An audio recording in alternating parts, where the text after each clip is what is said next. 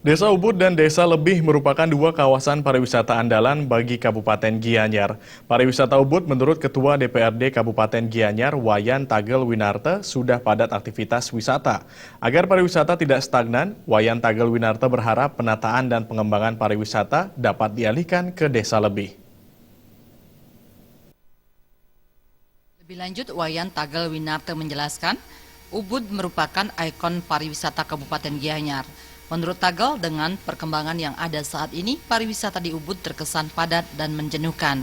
Tagel menyatakan, jika kondisi tersebut tetap dibiarkan, dikhawatirkan akan berdampak kurang baik bagi perkembangan pariwisata di Kabupaten Gianyar. Untuk itu, Tagel berharap ada inovasi pengembangan pariwisata ke desa lainnya di Kabupaten Gianyar.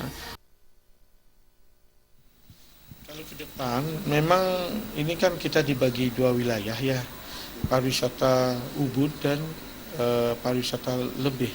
Kalau di Ubud, kayaknya itu kan sudah overload, yaitu pembangunan hotel dan objek-objeknya itu loh.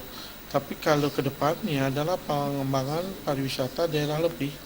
Bagaimana kita untuk bisa membangun hotel di pinggiran pantai. Ya, ke depannya itu, sehingga memang daerah Ubud tidak begitu padat dan jenuh, maka untuk di Gianyar kita alihkan ke daerah pinggiran pantai.